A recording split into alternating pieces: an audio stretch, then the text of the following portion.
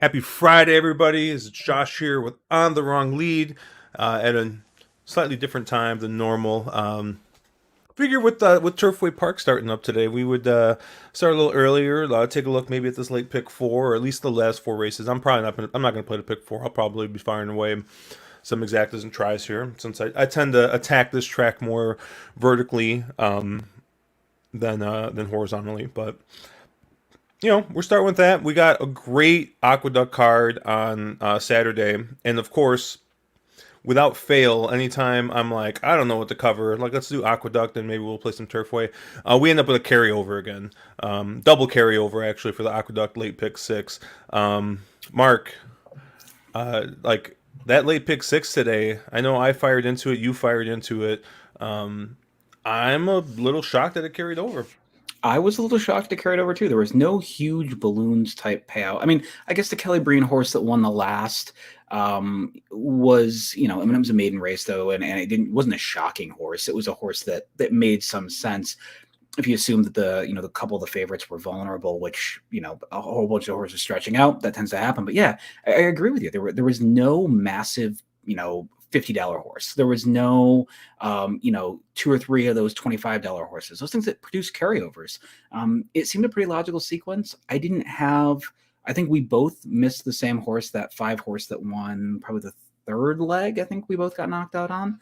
And then, I had the Breen horse, but I didn't have it on the ticket I played. It was a C for me, and I didn't go that deep. So I think I went.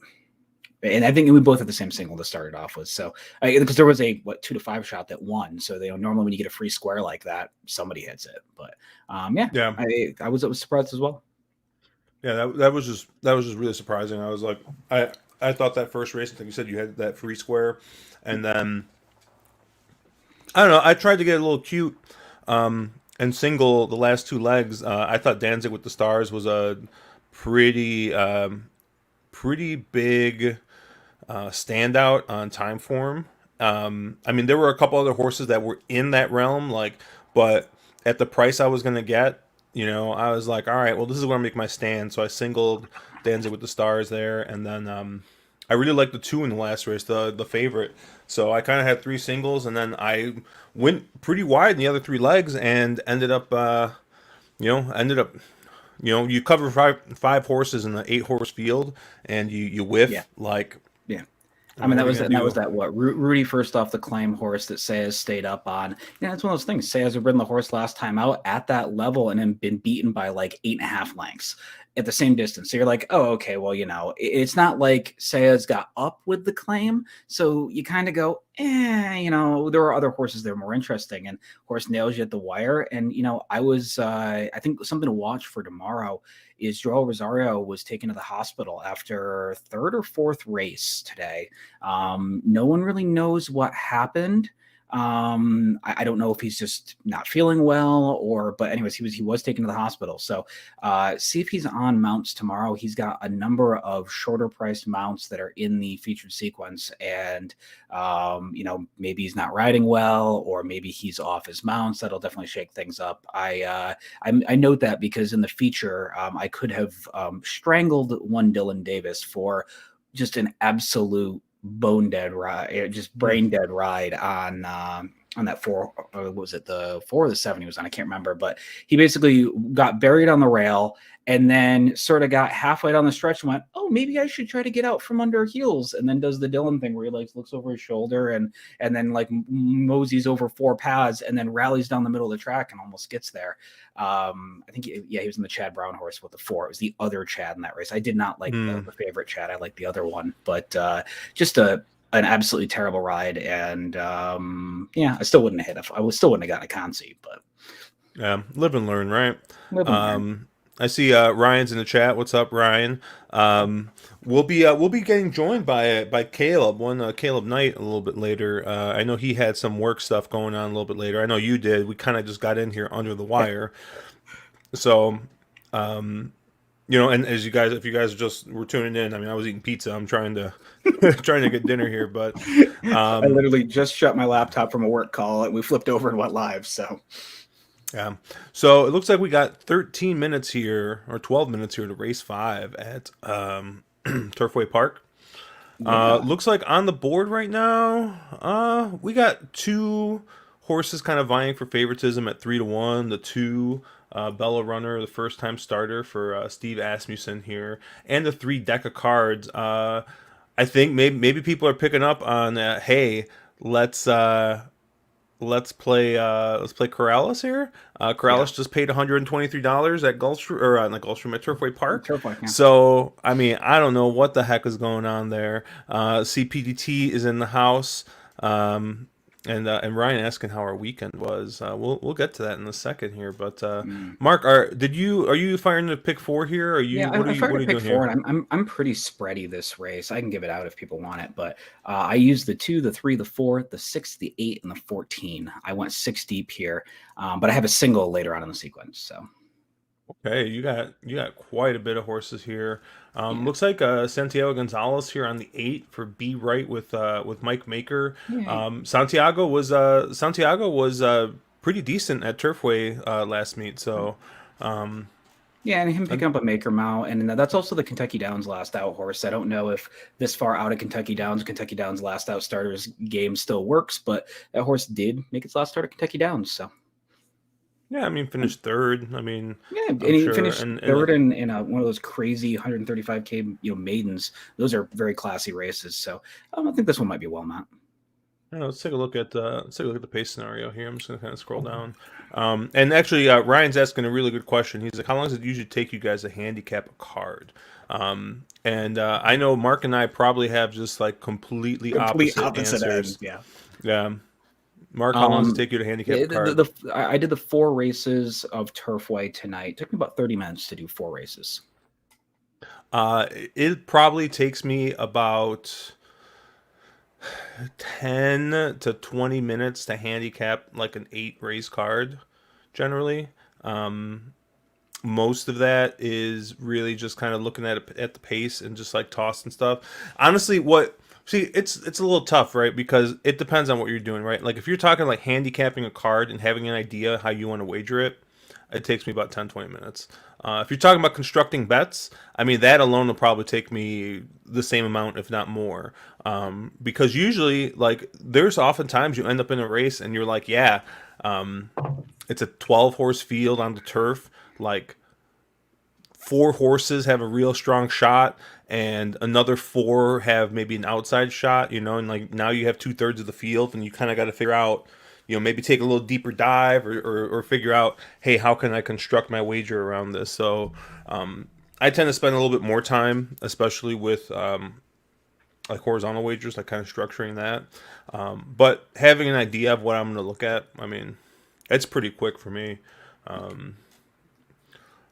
But yeah, so who do you feel is your strongest opinion in this race here, Mark? I didn't really have a strong opinion. I mean, I'm not normally 6 deep. I'm just playing a single ticket here, so I'm just caveman on this sequence. But because this is not my strongest track, and it's a track that I mean, you get a little calamity factor.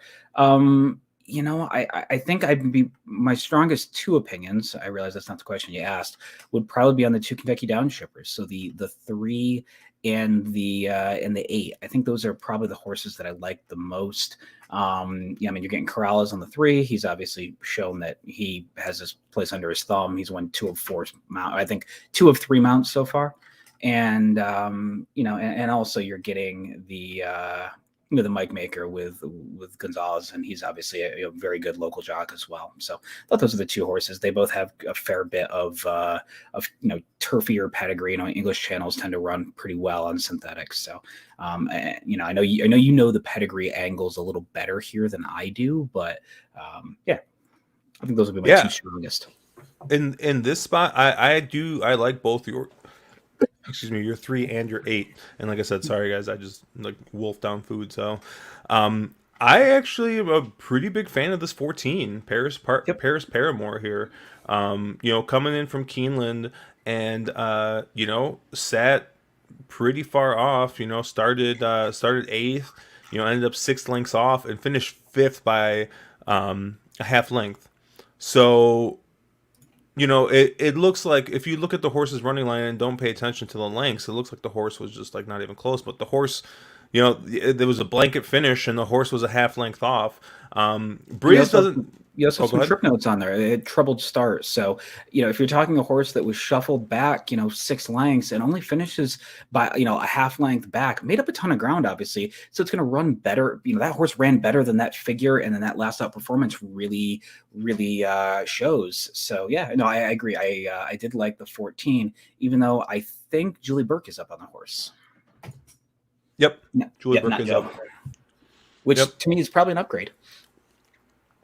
Julie Burke's. It looks like Timeform's got her listed as cold right now, so she's going through a little bit of a cold spell. But it looks like Connor Murphy and Julie Burke are winning at 20%. Yeah.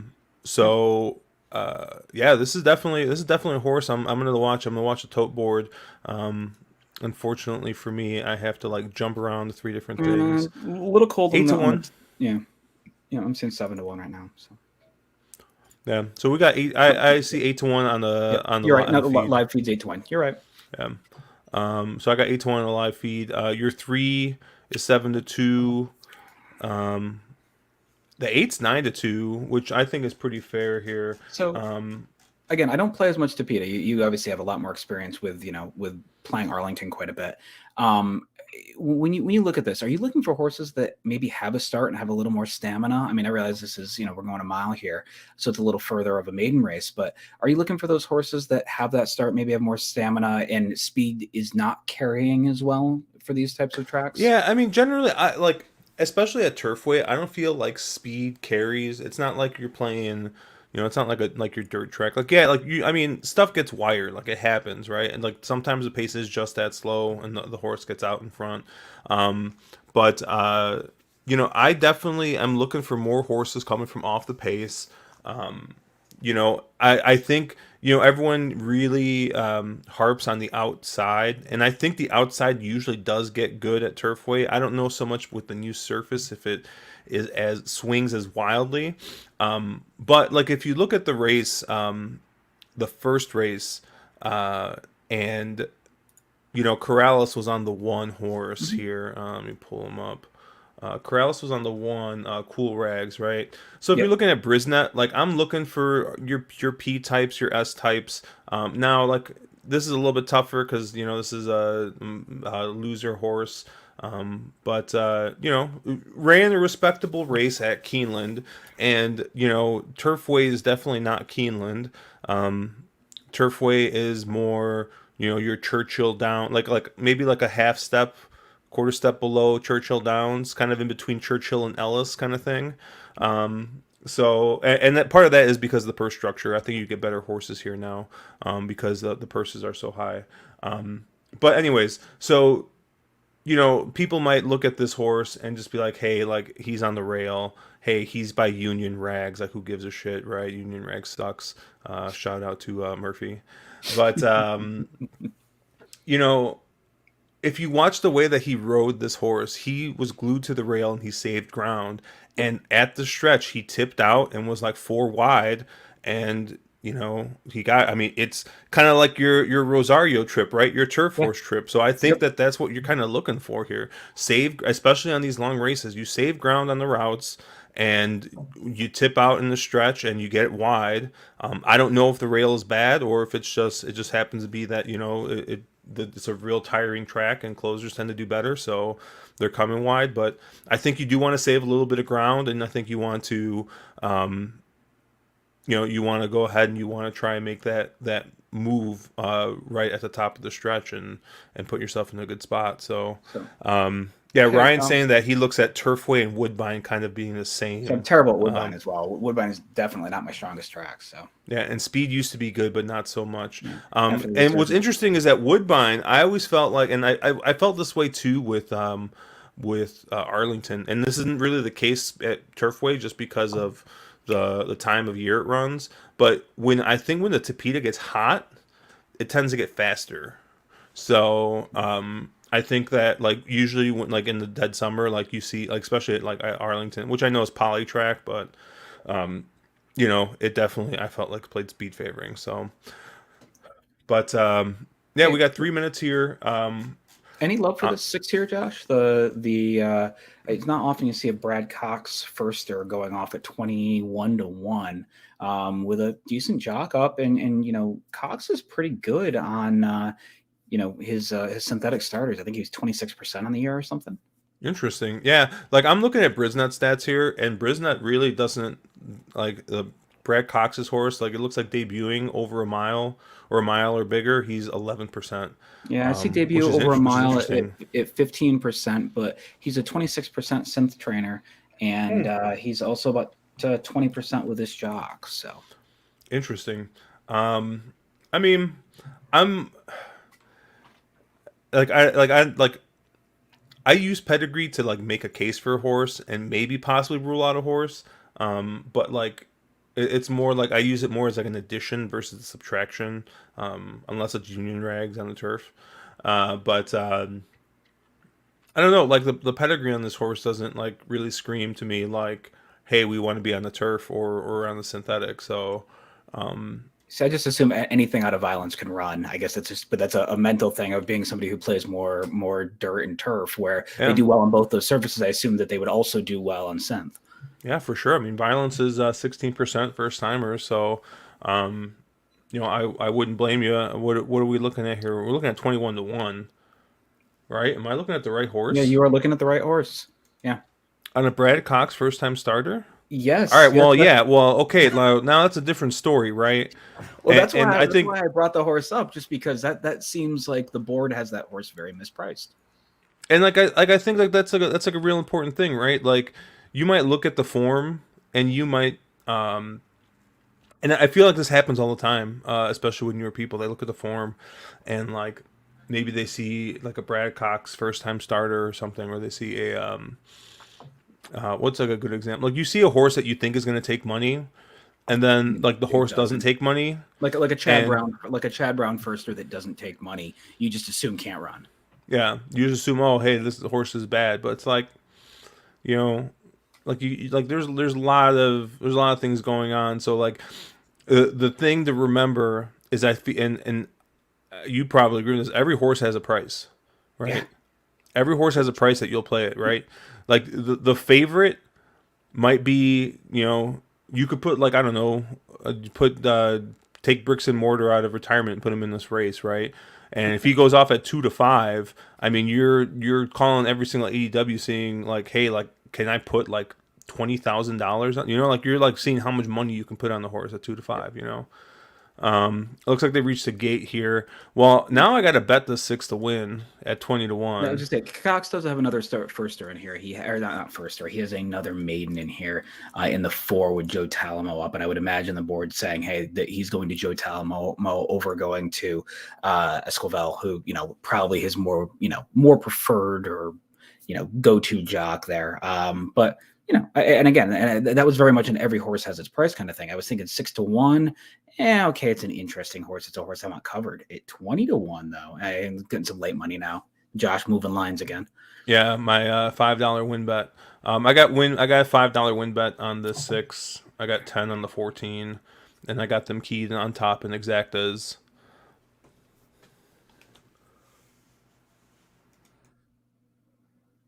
Ooh, Carl thinks it's a blocker. Could be. I mean, it could be. But again, it's who's the blocker for who, right? Is there a chance that Talmo is going to go on the 4 and try to set the 6 up? Yeah. Well, it was interesting. They were talking about. I was listening to the Inside the Pylons on the Beamy podcast, and he. It was during like an Indiana Grand Pick 5. Maybe it was the Force Out. It was the 10K. Yes. Right. They added 10K to the pool. Last day. And he was just he was talking about how great it was, and he was talking about it. But there was like a Brad Cox first time starter, and I Oh, you're right. The He 6 was is just the blocker. He just floated. He floated the corner to give him clear. but he just like was surprised how long the Brad Cox horse went off, and he's like, that's the kind of stuff you got to pay attention to. Mm-hmm. They're a little bit more bunched up than I thought they would be. Who do you think was going to go in here? I had no idea. This is a bunch of first-time starters, and a lot of them trying to PETA for the first time. So it seemed kind of murky. They're 3 wide now in the front end, which Timeform had that 4 getting super loose, but that clearly did not happen. So and the 6 took a ton of late money. See, this is all of our viewers, yeah, betting the 6 down. Yeah, our 10 viewers and listeners at 13-1 still on the 6. I think. I was like, "Where's my 14?" Oh, my 14's way the back, but 14's your 8's making a move here. Yeah, it looks like the 4 is trying to go now. You get the 13. All right, here come the 8 and the 14, like way out of it, but let's just get this 83 to 1 out of here. There's your 3. Yeah. Man, they tried to make a move late, but that was not enough. No, that was not coming late. And Corrales. There's your 3. Corrales again. Oh my goodness. He's making a mockery of this colony right now. God bless it. Like how do we just like talk? How do I just talk about Corrales shouldn't go off at 60 to 1 or whatever? What he just and he goes off at 6 to 1 on a horse I kind of like. And instead, I'm like, this is Brad Cox, first-time starter. Let me bet him instead. Josh, you did ask for our top 2 choices, and we both agreed on our top 2 choices. So, one. I don't know, dude. Caleb, just bet Corrales. I mean, that's what you do at like these B, C tier Kentucky tracks, right? He's making an absolute mockery of this colony right now. He paid $123 last race, and then he just won with the 6 to 1. Wait, did you say $123? Yeah, he went off at 60 to 1. You did hear that correctly. It's 60 to 1 they let him go at. Yeah. Oh my God, man! You just gotta love Turfway. It hasn't changed a bit. I was laughing because I was telling Mark that Dark put $2 on that Corrales that paid $123. I told him that next time I find out if one of us can't make the stream, he's gonna get invited on because that's a nice big old win bet there. But how you doing, Caleb? Not too bad, man. Just wrapping up some stuff with the new house. I run a little bit late. Yeah, I know. I was stuffing my face for like the first 5 minutes of the stream, anyways. So. Well, that's what I was doing the last 5 minutes. Was I had to scarf down like 3 slices of pizza. Oh, that's what I had too. 3 slices of pizza. There we go. Right. But yeah, so we were talking through Turfway, just talking about it a little bit. I did want to get to Ryan asked he did ask a question, and Mark and I gave a pretty in-depth answer, but I was curious what your answer is to it. And Ryan asked, how long does it take you guys to handicap a card usually? So I've got this question a couple times. I think truthfully it depends. Something like Breeders' Cup, where there's a bunch of Europeans and I'm watching replays and stuff like that, big fields, it might take me, honestly, 2.5, 3 hours to get through that card. Something like, a more routine, Thursday afternoon at Aqueduct or something like that, a 10 race card, it might take me an hour, so it just kind of depends on how much extra work I need to do for anything weird. I spend more time on big days, but that doesn't always mean I have better results. So maybe I overthink it sometimes. But I'd say typically an hour for a regular card and maybe 2.5 for a bigger card. Interesting. That's even longer than Mark. Well, you also have like 7 products you look at. That's what's in the podcast. I got the products going. Yeah. Well, I mean, my thing was only the last 4 races. I mean, tomorrow Aqueduct for that pick 6, I'll probably spend 2.5 hours in the pick 6 tomorrow. So did it carry again? Yeah. Yeah, it was a double carry. I pinged you. Literally, I carry. They hadn't even crossed the wire yet. They hadn't even crossed the wire yet, and I see a pop up Oh, looks like a double carry, and he tagged you, Caleb. I haven't I haven't checked Discord all day. But that's exciting. Actually, I'm pretty excited for that. Yeah. Oh, Was looks it like 270? Dude, the card tomorrow is really, really good. Looks like it should be good weather the whole weekend too. So Yeah, nice. 4-6 on turf. No stupid maiden races in stupid places. You know, looks like a really, really good. Sort of one of those, if you break the Sharpie out and have some solid opinions, a real good pick 6 to chase. Looks like Road Warrior decided not to read. I kind of figured a lot of people wouldn't read. Would actually kind of surprise me. So my wife tunes in every time we stream. And Aww. so we're driving home, and she's like, I gotta make sure I tune in at 7:00. I was like, oh, she actually like looked to see what time we were streaming, because I mean we've been 7:30 probably every night except for a couple of occasions where we had other stuff, kind of Right. Breeders' Cup or whatever. So good on her. She listened more than Road Warrior does, and that's not surprising. I mean, yeah. no. But yeah, so man, I can't believe we let that Corrales double. This is nuts. If you just bet Corrales every race, you're having a really good day. Like I'm guessing nobody's live in the pick 4 or pick 5 or anything, huh? Mark is. Yeah. You had the Mark's live in the pick 4. Horse? No. I started race 5. So they only run an early pick 5. They don't run a late at all. I forgot about that. Okay. Yeah, because it's an 8 race card. So I was telling Mark, I was like, I think it's because they figure that people are like wrapping up like their other tracks, and they're like, yeah, there's a pick 5 starting, and they fire away instead of having, two pick 5s overlap, 2 races. So I mean, I don't hate that. But it's interesting. So I pulled up Aqueduct for Saturday actually, but I don't know. Do we want to start looking at Friday instead, or do you want to talk through a couple of these? Yeah, I'll tell you what. There's really only one race that we probably want to cover for Saturday, because I think there's only really one interesting race in the sequence, and that's the feature. That's the Cigar Mile. What? What are you talking about on Saturday?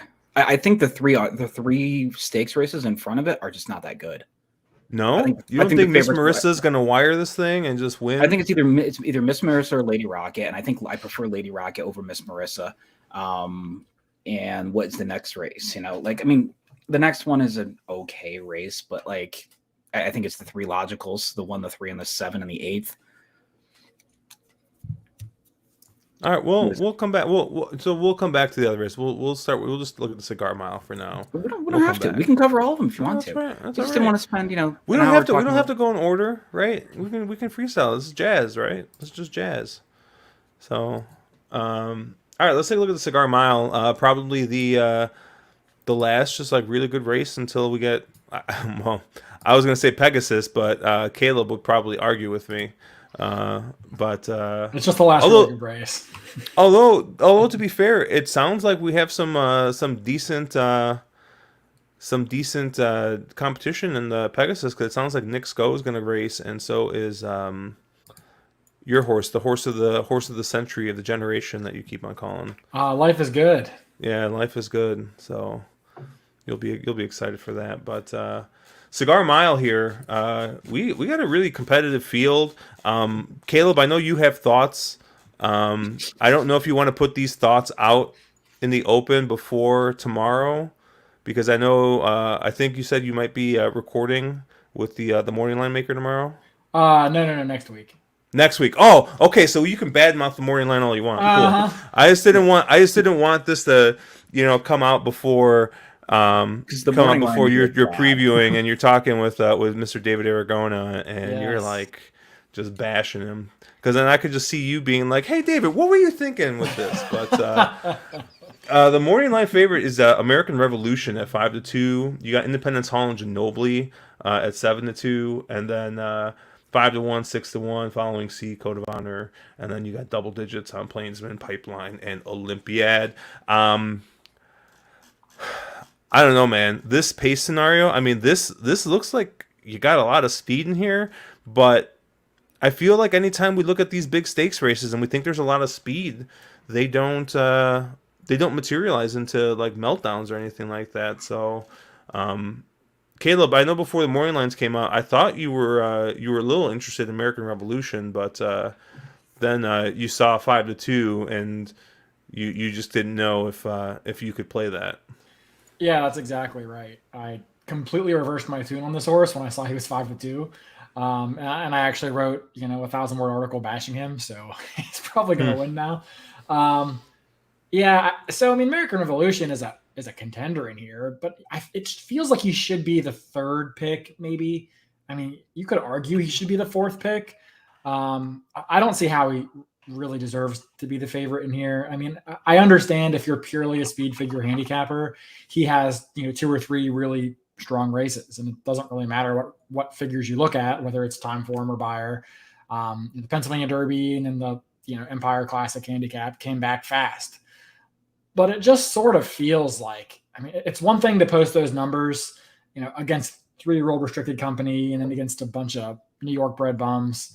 And it's something else to do it in like a grade 1 against older horses. And I just don't think that this horse deserves to be the favorite in this field when you have so many more accomplished horses like Independence Hall and Code of Honor and even Ginobili, who's really sharp right now. Even Following C, I could see the argument that he should be a shorter price than American Revolution. I don't think he will be, nor do I think he should be. But I mean, I don't think they're that far apart to where somehow American Revolution is 5-2.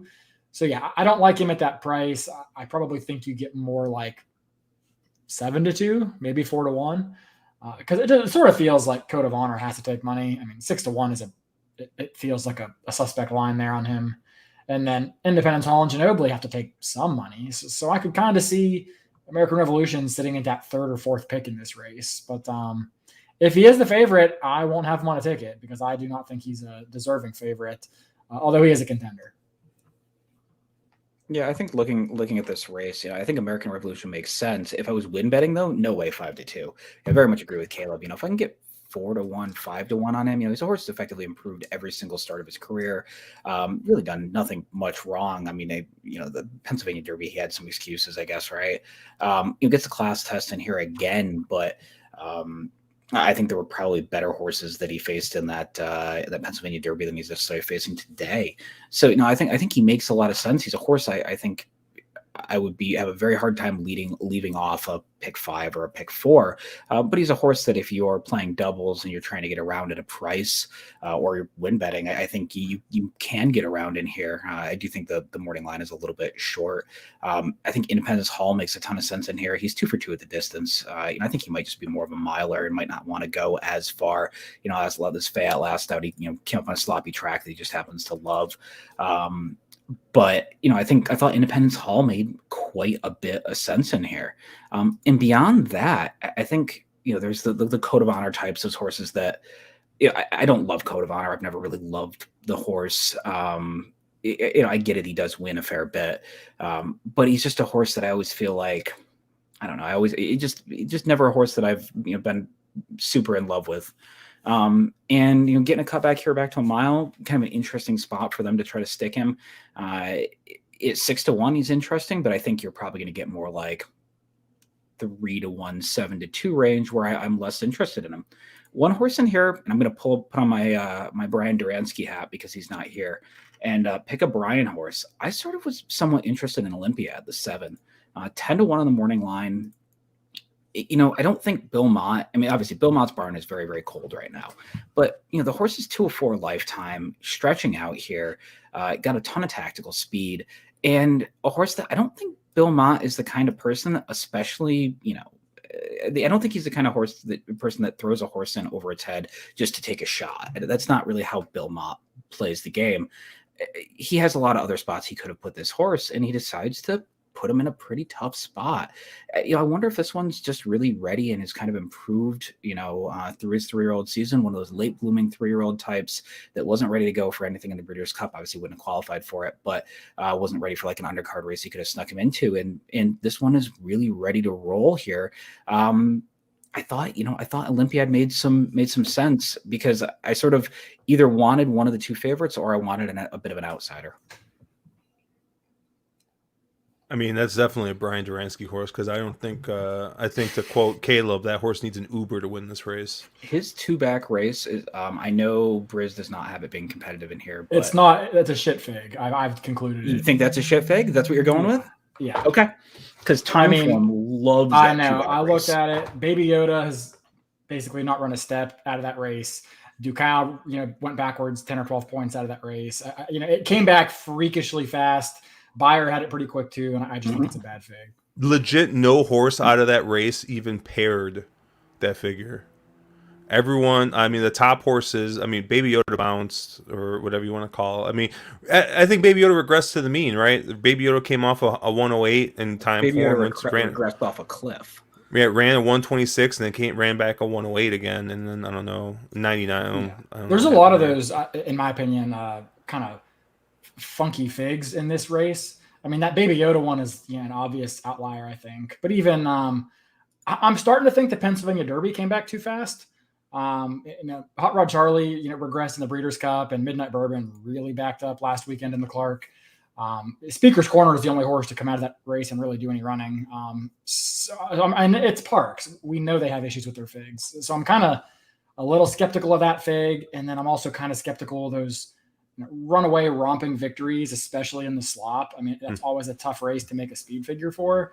And that's kind of the main reason I'm a little bit gun shy on American Revolution is I'm not sure who he's really beaten. And I'm not sure that, based purely on his figs, if he is as good as he seems. I mean, if this horse is really a grade 1 horse, I mean, this is China Horse Club and Windstar. I mean, the same connections as Justify and Life is Good and whoever else. I mean, why are they fucking around in New York bred races? I mean, why isn't this, if he's running 128 Timeform figs, why isn't he in a grade 1 earlier? I mean, why'd they put him in the Empire Classic Handicap a weekend before Breeders' Cup?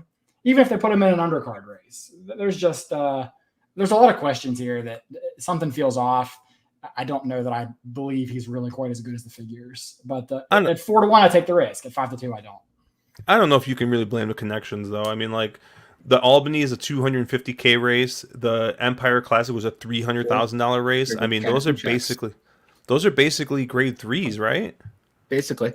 Yeah, but I mean, it's China Horse Club and Windstar. I mean, they don't really give a fuck that much about the money. I mean, they're out there to win the big races. I mean, they spent a lot of money. Dude, times are tough right now. The stimmy checks ran out, baby.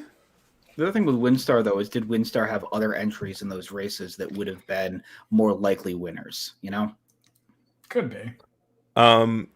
Jimmy Two Eyes saying that he figured Plainsman would be a Brian horse. If I recall correctly, isn't one Wolf of Oak Lawn a real big Plainsman fan? He is a big Plainsman fan. He does love him some Plainsman. I'm pretty sure that when the overnights came out, the first thing that, like, it was the first time that I had seen a message from him in like 2 weeks, and it was just Plainsman with a bunch of exclamation points. So I think he's excited to see Plainsman run. I don't hate Plainsman here. He's not fast enough to win, and about 3 other horses need to not get their trip. But can he win? Sure. I mean, occasionally insanity does happen. It feels like the kind of race where you don't trust the favorites, and a horse like Plainsman does win. Like when True Timber won last year or the year before that. Like, you kind of knew the favorites were suspect. It kind of feels like an outsider should win this race. I just don't know who that is. Yeah, so Caleb. Yeah. Or go ahead, Mark. No, I was just say I ended up landing on Olympiad. I could have very well also landed on a Plainsman or landed on a Pipeline. Any of the 3 of them are sort of those outsider types that, okay, I either want the 2 favorites or I want one of those outsiders. So Caleb, do you have a drink in hand or anything? I do. You do? Okay. I just want to make sure that you're ready for this. What if I told you that I'm a pretty big Ginobili fan in this spot? That's my top pick, actually. Yeah, I like Ginobili here. Ginobili makes a lot of sense to me. I mean, ever since he's come back with the blinkers on, he's been a different horse as a 4-year-old. A little bit extra ground seems to work for him. I think a mile's perfect. I mean, he was second to Life is Good last time out, who'd be 1-9 in this field, albeit by 5 lengths. But nevertheless, the figures fit. I mean, he makes a lot of sense in here. If he can ship, I think he makes a lot of sense. I'm with you, Josh. I really like Ginobili in this spot. I think he's got that nice like if following C just goes full send, Ginobili's going to be fine just sitting just off him and making that move on the turn and just blowing past him. Now I will say I do like following C a little bit in this spot, but I think it's going to be a little contingent on how the track's playing. I will say that from my watching of Aqueduct the past couple weeks, the inside has not necessarily been good like at all, and I'm still waiting for that rail to really like turn on for a day or two. So I'll keep an eye on that. Caleb and I and Mark, all three of us, we were on the GOAT Zoom room, and we were just talking about stuff, and Caleb mentioned like Aqueduct, man, that bias just flips on a dime. So like you got to be paying attention, especially if you're playing single race tickets. If you're going to be doing win bets, if you're going to be doing exactas and tries, like you got to be paying attention to how the track is playing. I think sometimes with like pick fives, like if the track flips halfway through your pick five, I mean you're screwed either way. So like you can't really like account for, hey, maybe the track will play differently and like cover both sides, but. I've never really seen Aqueduct switch mid-card, though. You always see Aqueduct day to day. It'll go one day and it's, really fair. And then the next day, all of a sudden, the rail gets gold and speed's amazing. Or, all of a sudden, closers just get really good for a couple days. I always see those types of things. I don't see it mid-card as much, but Saratoga's a little bit more mid-cardy, isn't it? Yeah, Saratoga is very prone to them playing with the track in the middle of the day, and you can sit there in the grandstands and watch how much water they're putting on the track and tell exactly what they're doing. It's like that. It's like that. Last night. It's like that meme where the guy's like coming in to like the barbershop, and he's like, "Just fuck my shit up, fam." Yep. the track maintenance crew just comes in and fucks it up. But yeah, I like following C is kind of like a B type for me. Like and like I said, like if you guys have been listening, like I don't play ABC tickets. It's more like, hey, if I can afford the horse, or if the things change, or it's a horse I'm thinking of including here. But yeah, I really like Ginobili in the spot. I'm with you, Caleb. I think the 3 is way too short. Like if you look on time form, the 3 looks good. I mean, the 3's got that nice improving pattern. And as a 3-year-old, but in fairness, so does Following C, and I kind of feel like Following C's been in a little bit tougher spots. So I have a little bit more of an inclination to believe those figures than I do, a couple of these big figs out of state bred. So I'm basically 6-1 in this spot. I think Code of Honor is going to take a ton of money. And I'm not really interested in Code of Honor. I guess of the other contenders, the Independence Hall makes a ton of sense here. But his big fig last time out was on a glacial pace, and I know he still he ran some really nice fractions there to close it out. But when the pace gets that messed up, I'm not going to trust an all-time best figure. Going to a grade 1 here. So. Yeah, so I'm basically 6 as my A, and then probably a little bit of 1, maybe a little bit of 5 here. No worries about the distance you're following C? I mean, I guess, but like I said, it's going to be more. We'll see what the price is, right? I think if I don't think a mile is asking too much if the horses ran that really big race of the Jerkins going 7. I mean, I don't think I'm going to be really worried him going an extra furlong from that. I know they cut him back and he ran better figs, going a little bit shorter, but I don't hate him trying a mile. I mean, yeah, like total sprint pedigree. Well, we don't really know what Run Happy's going to do, but we're going to assume he's going to be sprinter and Spitestown on the bottom. So, but I mean, a mile, like if you get 7 furlongs. I mean, it's a 1-turn mile, but I don't know what they're doing with that horse. I think he's just pure sprinter. And they keep putting him in the wrong spots, but no, he's a nice horse, and if the track plays to his run style, he should be on front. So he ran a better than it looks race in the last out. I'll give you that. Yeah, and if you listen to the On the Wrong Lead podcast, I did have young gun Vengi, aka Nick Dayton, on, and I believe he said that Following Sea is his favorite horse in training right now.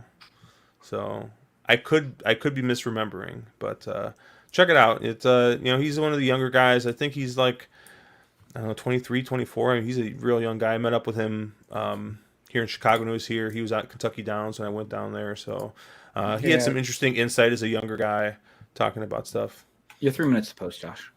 3 minutes to post. Let's take a look over here at Turfway. And Mark, you should be able to start capping. You should be able to cap the rest of the card by now. Yeah, I mean, yeah, exactly. 3 minutes. I told everyone I could probably cap an entire card in about 20 minutes, Caleb. Yeah, that's probably exaggerating. Yeah. I said I probably spend more time actually adjusting my tickets than I do handicapping the race. So, you really are like my dad. Yeah. They're the same person. They really are. I mean, yeah, except for some reason he wins a little bit more often than I do. But when you're together, anyway. Yeah. This is a weird race. There's like no synthetic form at all, is there? But I'd like to. There hasn't really been. The horse that Corrales is on is at 9-1 right now. And with the twirling candy. I mean, do I just bet the Corrales horse? Man, like I hate when these I think he is a favorite. Yeah, at 5 to no, the 13 is, but short price on the inside. Like, I'm not a big fan. I ended up 4, 5, 10, and 13 here in my pick 4.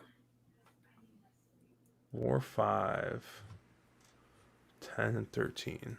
How can I mush that?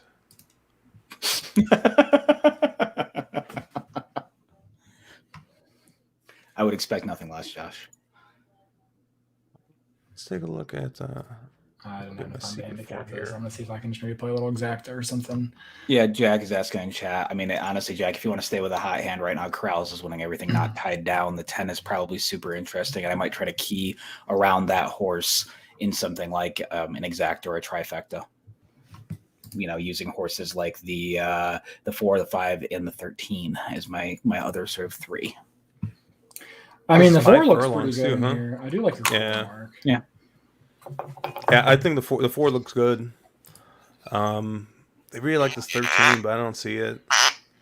I don't hate the 5. I like.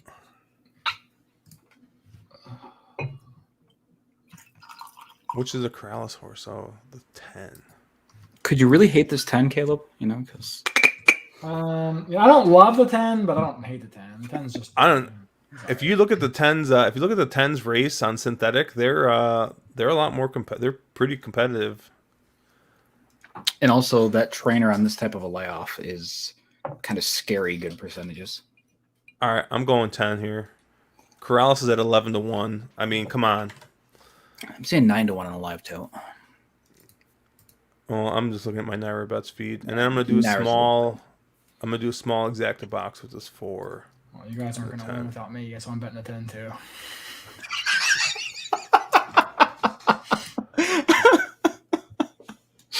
Can't let anyone have any fun. Got to mush it. Nope. Yeah. You're not winning on stream without me. We got all right, Justin here. Justin here is going win play show on the 3. And there's a bunch of nonsense going on in the gate. Yeah, I just didn't love that 3 going up in class. I mean, not a lot of turf pedigree. I'll talk the horse right in the winner's circle for you. Yeah, thanks, Mark. Yeah, I'm good at that. And then we got some comments in the chat we'll get to here in a second, specifically about the Pegasus and Ginobili. Oh, that 2 got shot out like a rocket there. And who's the jock on the 4, man? He's so low. He's looking like Kendrick out there. Ooh, look at the late money on the 4. He was 6 to 1 a second ago. Yeah, he's 2 to 1 now. That's Morales. Corrales went off at 9 to 1. And here comes Corrales.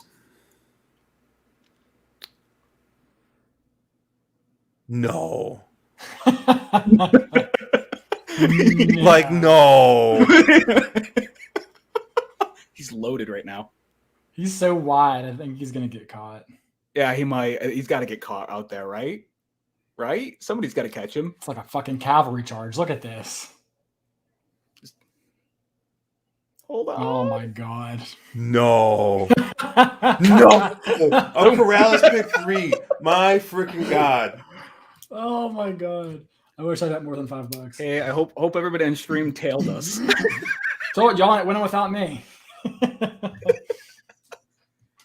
Unreal. And to the guy who was asking how to play that, you're welcome for your exacta, which is going to pay dumb. Who came in second? 5. 5. Who made a ton of sense. I told him key the 10 around the 4, the 5, and the 13. Man, do I play that? No. that's $100.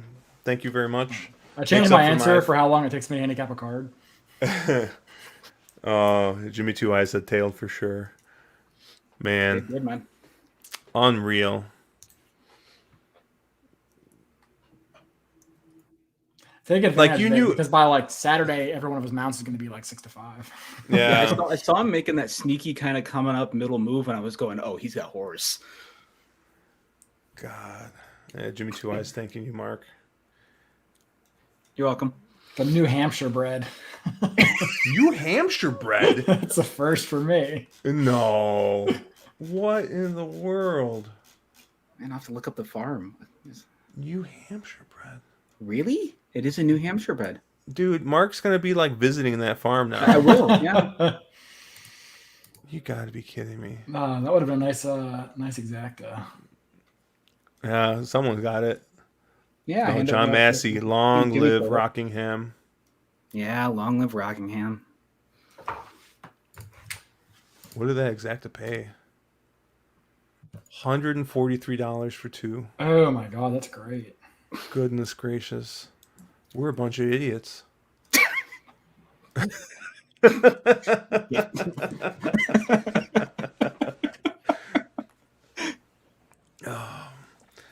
Well, that paid for my pick 6 that I missed earlier today, at least. But man, unreal.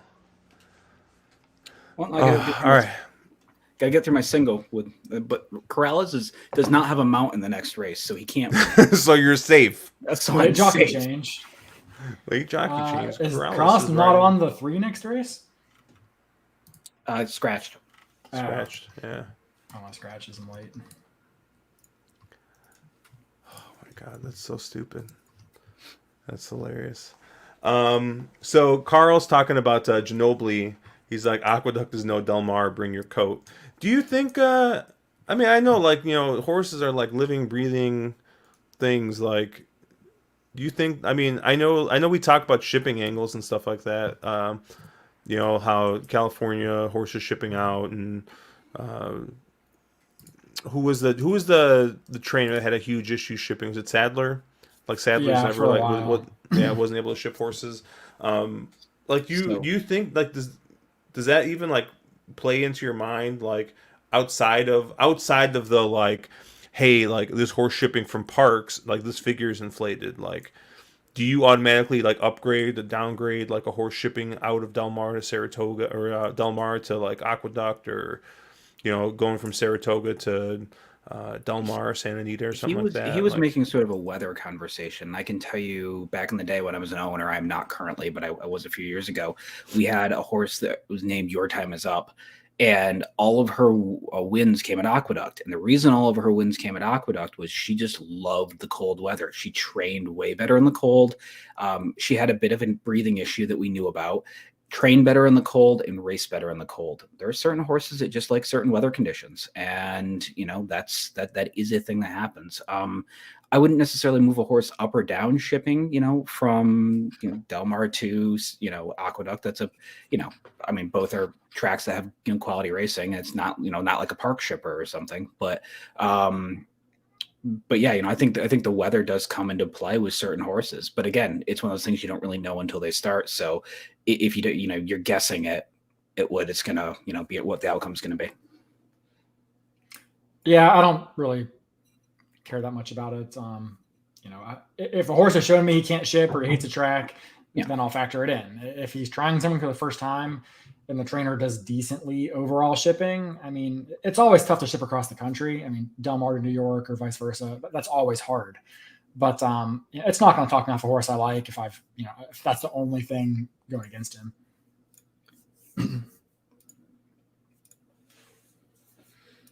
So I just typed this into Discord, but what do you guys think? So we had Pay the Rent with Kent, right? Let me actually create the banner here. Oh, we're gonna get a banner. What rhymes with Corrales? I don't know. I was gonna say build a palace with Corrales. With Corrales, okay. I like it. Your wordsmithing is impressive, Josh. So, oh man, that was just nuts. That's funny. I savor this moment because the first time in 3 years I've been up at Turfway. Yeah, because it always seems like a good idea, especially on Thursday night. Like, luckily you have other activities that usually keep you busy on Friday night, but Thursday night always seems like a good idea. It always does. And then Friday morning you're sitting there like. John Massey saying harness horse escaped the wind, only raced in the winter as a FFA horse because he had bad allergies in the late spring. So. And then Road Warrior saying another reason he's heading out, it should be nice. It's going to be, John Massey says it's going to be 50 degrees and mostly sunny. Yeah, I'll tell you what, Road Warrior, if I didn't already have plans, I'd probably be driving down for the day. Because it might be the last weekend of Turf Duct. Hopefully they'll get one more weekend, but this is we quickly start getting into where they get snow down there, so.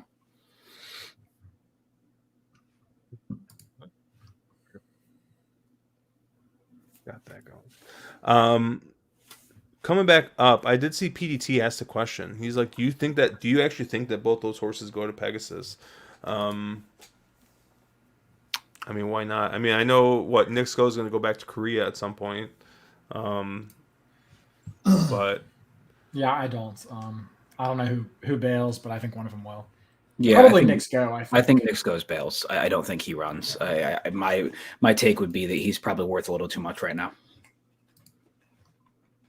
because he got bought by Koreans, right? So I mean, they're looking for him to basically set up their breeding program. And I mean, he's been owned by Korea since I think the start.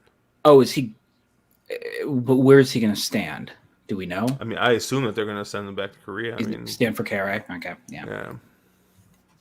I know South Korea has been really interested in getting horse racing going there. You've seen a lot of other countries that you wouldn't normally think of as being horse racing places that have started it. I know they're racing horses in India now. There's a racetrack there. South Korea is developing a scene. So and these countries are trying to bring in talented sires. So yeah, maybe. John Massey saying one more week on turf at the old duct. So yeah, and then we really go into the dregs after that. What are you talking about? We got championship meet, baby. Oak Lawn championship meet. Yeah, exactly. Dude, did you see who's riding at Oak Lawn right now? Who? Well, none of the jocks are going over to Oak Lawn until the new year. So you just got like the bottom half of the colony there. So I mean, you really don't get like the top colony at Oak Lawn anyway. I mean, it's like David Cohen and Santana are the best jocks there. Is Rosario down there this weekend? No, he's in. He's wasn't he in the hospital today? And B, he was. He's at Naira. Who's he named on? Isn't he named on someone in this race?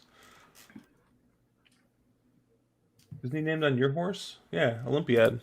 Okay. But did they say officially he's going to Oak Lawn? Yeah. It's disappointing. And John Massey saying that it's the Remington Prairie Meadows Jockey Colony per usual. Let me pull it up. I looked briefly. Oh, actually, I have it over here on my. Honestly, I think that's part of the reason why I kind of like Oak Lawn so much. Is like I'm not really a connections player. I don't really like betting, just off trainers or jockeys or trying to figure out the jockey carousel merry-go-round. And like at Oaklawn, that shit really doesn't matter. Like if David Cohen has a mount, it's probably Diodoro, and it's probably the right Diodoro. I mean, same thing with Broberg and some of his guys. Like you don't got to play some of those games, and I feel like that makes it easier for me to have less things to think about. You do realize that we just all bet a horse because Corrales was aboard. Well, I bet him because you guys bet him.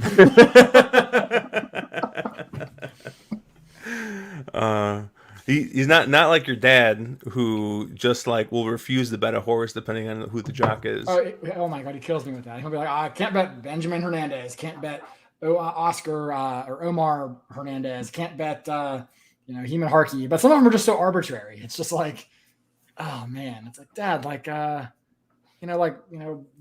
George Vargas or whatever. He's like 12%, like he's usable, and he's like, no, he sucks. Well. And that was, like I said, it was something that Mark and I were talking about before you hopped on. I mean, every horse has a price, right? Like, I think who was it? There was like a Jalen Samuel horse that was like an 8-5 favorite or something, wasn't there last week, Mark? And I was like, yeah, I don't feel great about it. No, and I think you singled him. Yeah, and I did. And, I mean, he won, but it was the other kid. I can't remember who it was. It was one of the 1%, Naira jockeys. Yeah, but and like those are sometimes tough pills to swallow. But like, if I see Ben Hernandez on a horse that I think's got a shot and he's 20-1, like I got no problem sending my money in on that. John Massey saying there are certain jockeys / drivers where if they win, I almost always lose. Yeah, I never bet Schumacher. So, you're talking harness. My bad. That's a bad F1 joke. Because he even still, that was like 20 years ago, wasn't it? He's probably not even, he probably owns a team or something now. That's a really bad reference, Josh. He's basically a vegetable. Ooh, that's not good. He had a really bad skiing accident and hasn't been seen in public in like 20 years. Oh, that's good. That makes me feel real good. Good thing I have some scotch. So let's change. Talking about, so yeah, Michael. So there you go. Okay. I didn't know who I was talking about either. That's like the only name I knew from F1. So I got this Glenfiddich 14, the bourbon barrel reserve. So I'm drinking a little scotch tonight. Mark, what do you got over there? I'm obaning it with this stuff is absolutely phenomenal. It's one of their limited batch releases. It's a distiller's edition, special release. And it's got a release number on it, and it's really, really good. Maybe one of the top 3 or 4 scotches I've ever had. Nice. I think Caleb's rocking the uncut and filtered over there. Absolutely not. I'm just rocking some good old Bardstown. Yeah, nothing wrong with that. I might actually make a trip out to. So I'm going to be in Vegas next week. So I'll have to pass the hosting reins over to you guys. But I think I will. I might see if they have anything from Smoke Wagon special out there. Caleb's just like shaking his head. I mean, prepare to be disappointed. I didn't mind that Smoke Wagon you sent me. I thought it was decent. I think you need to bring up. Is that what you really shoot for when you go to buy a nice bottle of bourbon? I didn't mind it. It was decent. When you go to spend $75, maybe I would be a little miffed. But I mean, $50, I'd probably buy it every so often. It's a barrel proof, it was pretty decent. You should highlight the Sweet Sassy Ones comment. What, when he loses, does that mean you have Corrales, Palace, Malice? I thought it was witty. Ryan Howard saying Jessica Pfeiffer, best jockey in America. I do hear that Trip Notes Pro is hiring, so if you want to bang that Jessica Pfeiffer drum, I think there might be a spot for you over there. PDT saying that Ron Anderson sending his guys around to win at Oaklawn and SA. Who does Ron Anderson? I know he's got Rosario. Who else does he have? Velasquez. Velasquez going to Santa Anita. I don't know if he has Pratt. I don't think he does. I don't know who else he has. Yeah, I thought that was kind of interesting because Johnny V ever been a West Coast guy? Wasn't he out there last winter? He only goes out. I think the last 2 or 3 years he started getting Baffert mounts, and he goes out for big days if Baffert gives him mounts. He actually rode like a month out there last winter. I think his kids have gotten a little older, and he's a little more, okay with being away from home for an extended period. So, I think he rode like a month out there because it was the what language I heard was to further his relationship with Bob Baffert. He could have just said to consummate the relationship. No? Okay. How much time we got here till the next race? 11 minutes. We got 11 minutes. So I could handicap basically 8 races in that time. So, you're just going to mush my plays anyways in the next race. So. Yeah, probably. So Mark, what other race were you interested in here? Have you handicapped this entire card? This Saturday card? Yeah. Yeah, I did the stakes races. Was there anything else that you were interested in? Any of these turf races? I know you were talking that you kind of feel like these other stakes races are pretty logical. I didn't see a large chance that some sort of outsider wins one of them. I haven't written down plays for the early sequence yet. So, but I do know, some of the undercard turf races are super interesting. Just big competitive fields. I thought the Go for Wand was kind of interesting. I don't care for 2-year-old stakes, which I know comes as a surprise to all of y'all. But so I didn't give a shit about the Remsen, another one. But the Go for Wand I thought was kind of a neat race. I didn't really get deep into it, but it feels to me like there's a good chance Lady Rocket can get beat. I mean, there's a lot of nice horses in here. Did you guys look at that at all? I did. I thought it was either Miss Marissa or Lady Rocket. Like it's the one of the two, right? I don't really know who else in the field is a player, and those are going to be your probably 2 shortest prices. So, yeah, I did. I took a look at it. I just didn't think I would have loved to have been able to pull a price that was a little deeper out, but I just couldn't. Yeah, like there's a lot. Sure. Go ahead, Josh. I was gonna say I'm a pretty big fan of Miss Marissa. Obviously, we got the 3 cherries there. We also got the 3 cherries on the 2. I will say that if this does, this will probably be a horse that I would, if I were so inclined to try and beat both those horses, I might take a stab with this 4. So Darn Hot. I mean, you got a lot of horses that want to go forward, and I feel like So Darn Hot is going to be the best of the horses that are going to be, kind of chasing after them. 10-1 the morning line. You got Mark's second favorite trainer,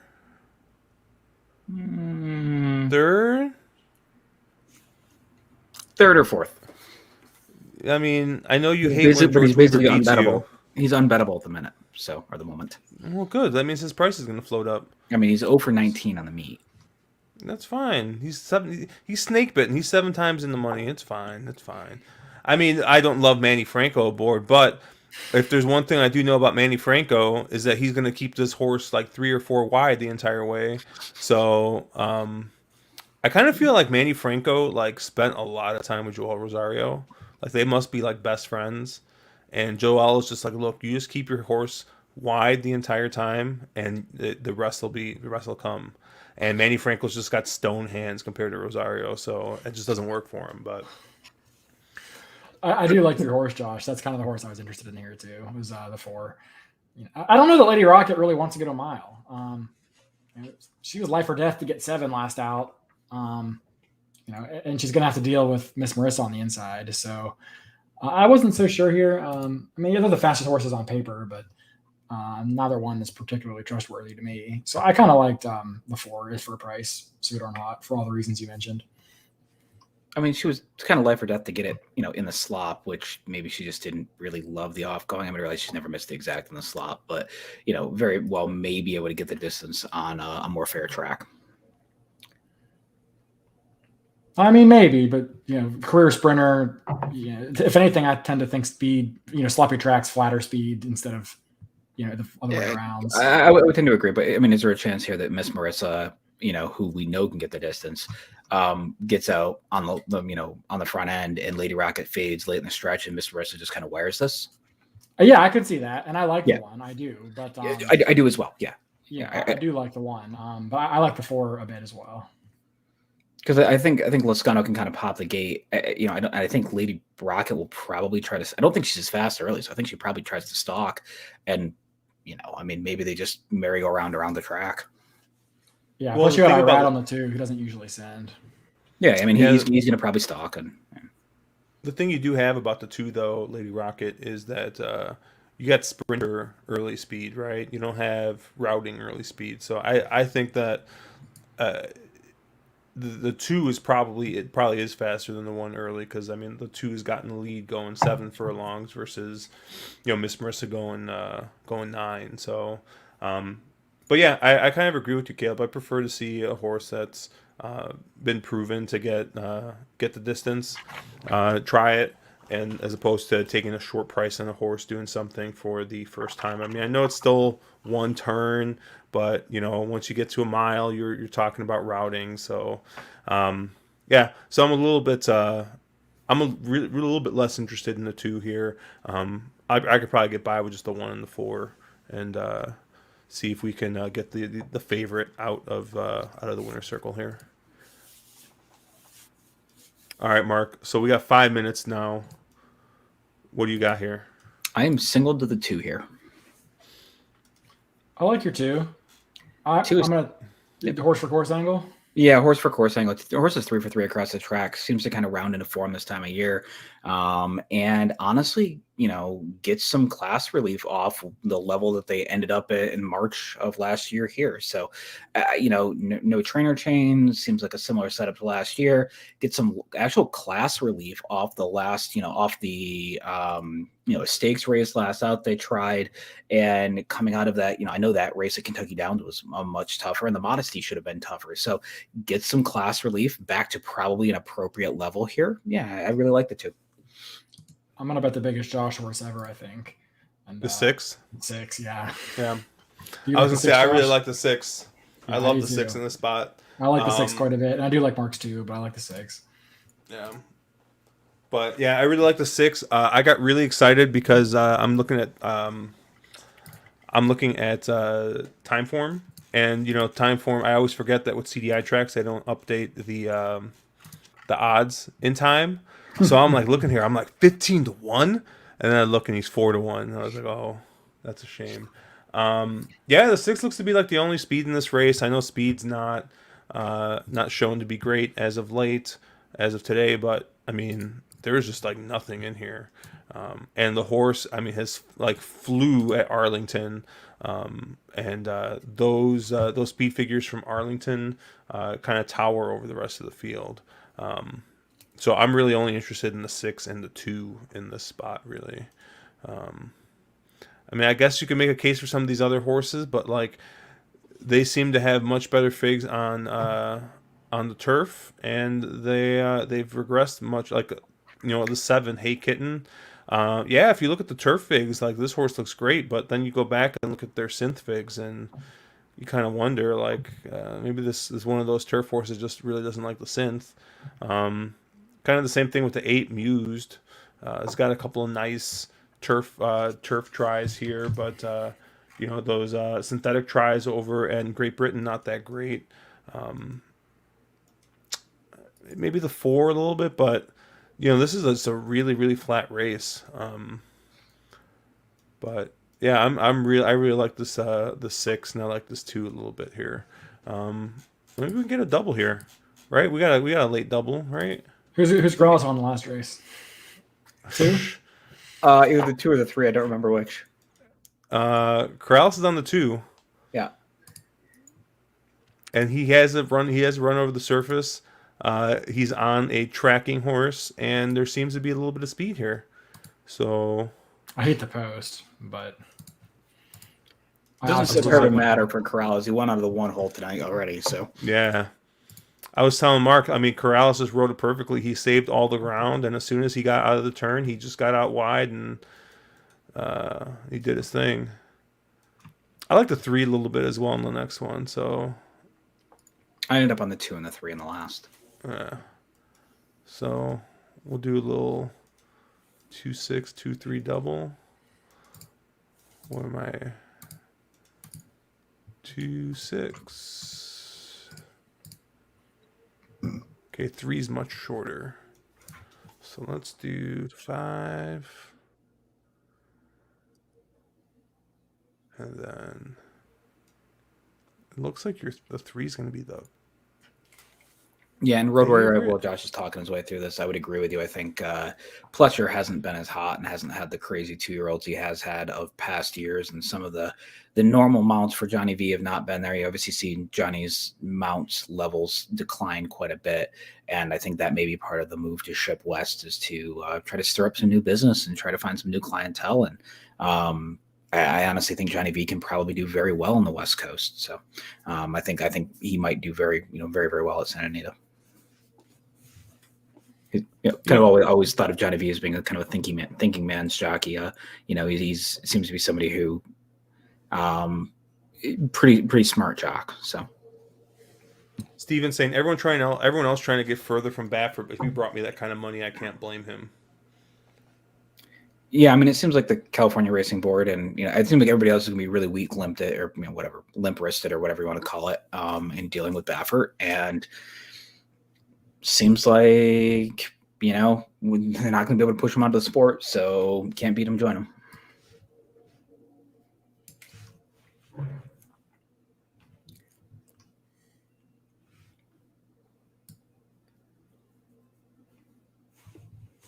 All right, so I'm playing a 2-6, 2-3 DD. I was actually Dutching them, but then I realized that that meant having half the amount of money on Corrales, so I just cavemanned it. No so five here, I got $10 doubles. Hey Josh, any 5 here? I got 0-5 here. Because Optics, I got 0-5 here. Optics just love the 5. Optics loves it. I mean, it's a S horse. The horse had good time for him, Figs too, I think, but it's really a 1-run closer in a race that has no speed. I mean, I didn't use the horse, so that tells you what I took of the Optics plot. But so you basically just brought that into existence just to, just so that way you could, If the 5 wins, I could say, "See, I told you so." Yeah, that was exactly what I was doing. Let's go cheap speed. Oh no, shoot! I guess Mark needs it too. Let's go 2. Go cheap speed. Caleb just loves to see me in pain. I'm like, he loves nothing more than to see me in pain. Well, I was riding with you last time, and I got your 2 in a double here. If it comes in 2-6, I'd be just fine with that. Exactly. I wasn't expecting your 2 to be last, though. Is that Corrales' music? He's not in the race. I know. All of a sudden, he runs out on the track, pushes a jock off, and hops on. Swings off a rope, kicks somebody off. He's got a lot to do, right? And he's moving. Seems to be moving, but boy, he's got a lot to do. He's way out of it.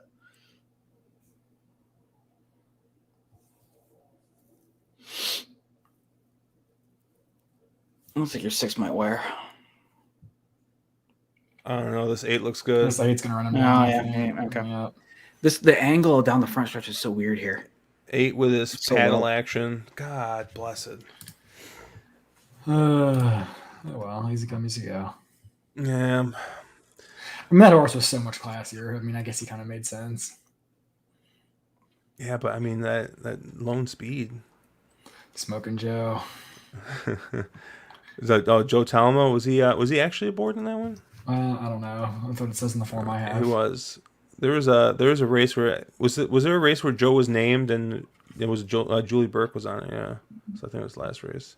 Yeah, he was named on 2 horses though, and she drew in on an AE and got them out. So.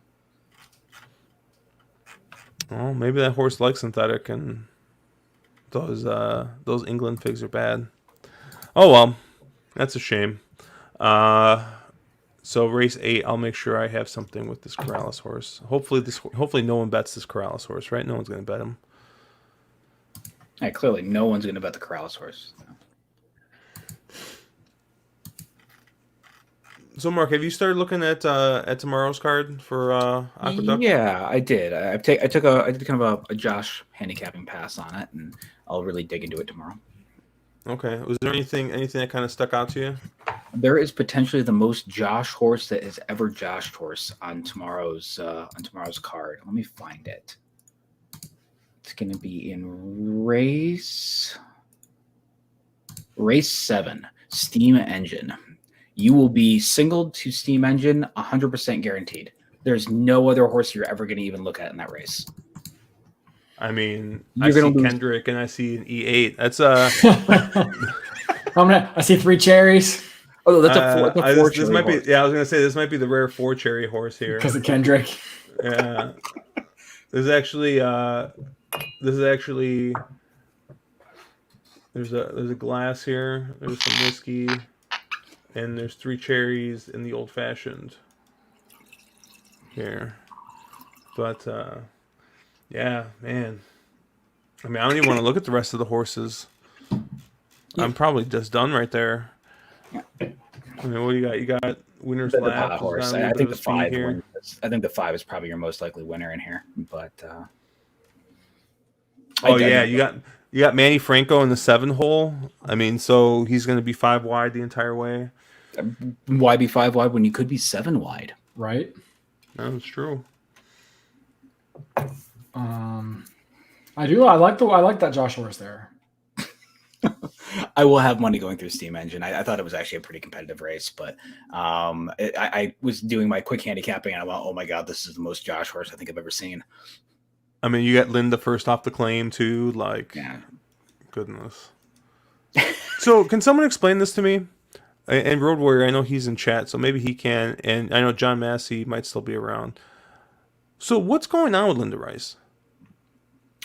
She, from my understanding, Linda plays a lot of the claiming game, and that's always been Linda's world. She's never going to have a ton of G1 horses. She plays a lot of the claiming game. And from what I've understood, her barn has a tendency to get kind of cold. You know, she has these claiming horses that they get older, they get claimed away. You know, she gets stuck with the worst ones, and the good ones get claimed away as she's playing an aggressive claiming game. So I know apparently they are very upset with her in Kentucky right now because she's been going to Churchill and claiming horses, but then not running them back, just claiming them and shipping them to New York. So she's in the process of rebuilding her barn and shipping a whole fleet of horses to New York to run all winter at the duct. Aren't they supposed to run once in a jurisdiction? They're supposed to, but somehow she's found a way around that rule. And I think her way around the rule is, I'm just not going to do it. Kind of stop me. Because I think her logic is basically that she doesn't run in Kentucky ever. So what does she care if she gets in trouble for not running them back? What's the deal with her? I mean, wasn't she suspended for like 3 years or something for the whole Christmas gifts thing? And that's still... Is she still appealing that or what? That's still in the appeals system, yeah. Like, that's kind of actually what my original question was with what's going on with Linda Rice. That's where you're going. Because I was just under the impression that she was supposed to be suspended. Yeah, that's exactly. PDT's like in the suspension. Like, everyone was talking about it, and then, like, all of a sudden it's just like she's still running horses. By the way, Linda, if you do have any extra Christmas gifts, I mean, it's fine. You can send them our way. You know, of all the wronglead@gmail.com. Of all the things that go on in horse racing, the fact of her, you know, the Christmas gift thing is one of probably the least egregious level of inappropriateness things. You know, like, I mean, of all the crap we've seen go down, and then she's giving Christmas gifts to know who entries are in races. Like, come on. Like, look at, I don't like having my politics show, right, through stuff. And I'm not necessarily one of those like crazy, like, quote unquote woke people who are like, oh, all these injustices, right? But it's kind of funny that you have old white guy who's literally drugging his horses and winning the biggest purses in the country, and everyone just kind of turns an eye. But women giving gifts to the racing office, and the racing office giving her information. Apparently, that is what we need to ban for 3 years. Well, and here's the logic. One of those things hurts the owners, and one of those things hurts the betting public. Guess which one they punish more harshly? We need to get Brian here. It's getting too woke.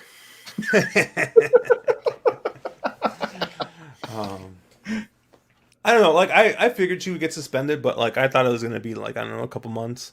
Like Yeah, I figured it would be. I was actually really surprised, and they're like, yeah, 3 years, and I'm like, are you serious? Like They're never going to suspend her from the sport. They were always going to suspend her from being a trainer. So the thing is, she'll give her horses to her cousin. Her cousin will train them for whatever, and she'll be the assistant trainer in the barn, right? Like we all know that's exactly what's going to happen. Taylor will probably be the trainer. Taylor Rice. Taylor Rice is her daughter. No, Taylor Rice is her. Sorry, not cousin, niece. Pretty sure I thought Taylor Rice is her daughter. Nope. And then also she has a brother who's a trainer who's also, is it Wayne Rice? I feel like you're wrong. I thought it was her daughter, and I also thought it was Adam Rice, but I could be wrong. Is it Adam Rice? I don't know. Whatever. Wait, some generic random normal name. Where's Taylor Rice is married to Jose Ortiz, right? Yeah. Yeah. Or she'll give it to one of her assistants, right? Because her assistants all have trainer's licenses. So one of her assistants will take over her barn for whatever the suspension, and she'll be running the operations while that person is officially the trainer. What the heck is? He knows the answer to all this. Mark was right on both counts. It's Taylor's Wayne Rice and it's Taylor's Aunt Linda. Oh, interesting. You tried to out Naira me, didn't you? I don't know. You came into my backyard and, Whatever. Can't win them all. We're just going to ignore that ever happened. That I was exactly. Exactly, dude. I don't tout much stuff, but I'd love to tout when you're wrong and I'm right. So it's I just won't tout horse racing picks, but you better believe if I, I don't know. I can't even think of a recent example, but there's definitely been times the Kent horse on Sunday. You were right. I was Kent wrong. Horse, man. That felt nice. I was pretty upset that I went 5-6 on that, but you went 5. You were one of the few people that went 5 of 6 and had the hard leg. Yeah, as usual. That's kind of Josh's thing. As usual, if we listen to each other, we both hit it. For 10K. Yeah. You want to know what's funny is I forgot who I was talking. I think I was talking with Evil Bob Dole, Stephen Fox. Maybe it was Murphy actually. I know I was playing TFT with one of the two guys, and I was like, this is the third time.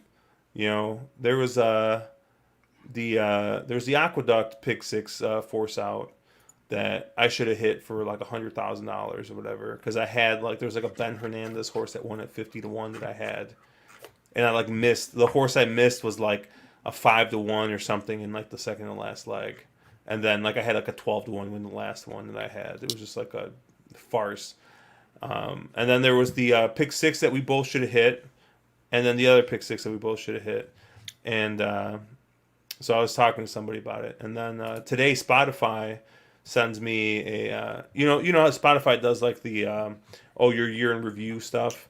Well, the podcast platform we use is also owned by Spotify. It's called Anchor. And it's also owned by Spotify. So it sends me a podcaster year in review. And the first thing that pops up is a podcast episode after I fucked up that pick 6 at Aqueduct. And I'm like, man, the world is just like wanting to remind me of all these near misses constantly. Although none of them are as good as being talked off a Mountaineer shipper. So... Yeah, it'll be tough to top that one. Mm-hmm. Yeah, I mean, we're gonna have to try really hard to top. Yeah. I mean, I bet the Mountaineer shipper. So I also bet the Mountaineer shipper. Just if I used it in the goddamn flow cal, I, can buy a house. You could still buy a house, just a much smaller house. Much smaller house. I want to buy a house with cash. In a different state. Yeah. Middle of nowhere. Like a dog house. Yeah. What? All right, Mark. What do you got in this last race? Are you gonna do anything here? You're not. Yeah, I got to try. That's 2-3 over 1, 2, 3, 4, 10, 12 over 1, 2, 3, 4, 10, 12. trying to key around those two horses that I think we both like, the Corrales horse and the Tricazar. Yep. And I'll probably have some win money on the 2 just because that horse is currently 8-1. And I've been watching, and this Corrales guy seems to be pretty good here. So, I mean, A, he can't win, and B, there's no way they let him go off at 8-1, right? Oh, Stephen Fox, and you could buy a house in Middletown, Ohio. Hey, the one nice thing about Ohio is they got that nice state-run liquor website, so you can look up, stuff up. But Caleb, what's going on with StableDuel this weekend? Anything you looking at anything this weekend? I will probably be incredibly light on StableDuel for the foreseeable future.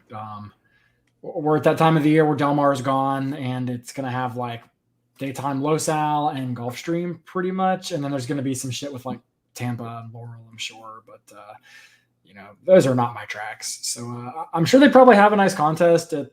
I don't even know where their future would be this weekend. They had a big one at Gulfstream, Del Mar last time, so probably Gulfstream. There's a lot of people that love Gulfstream.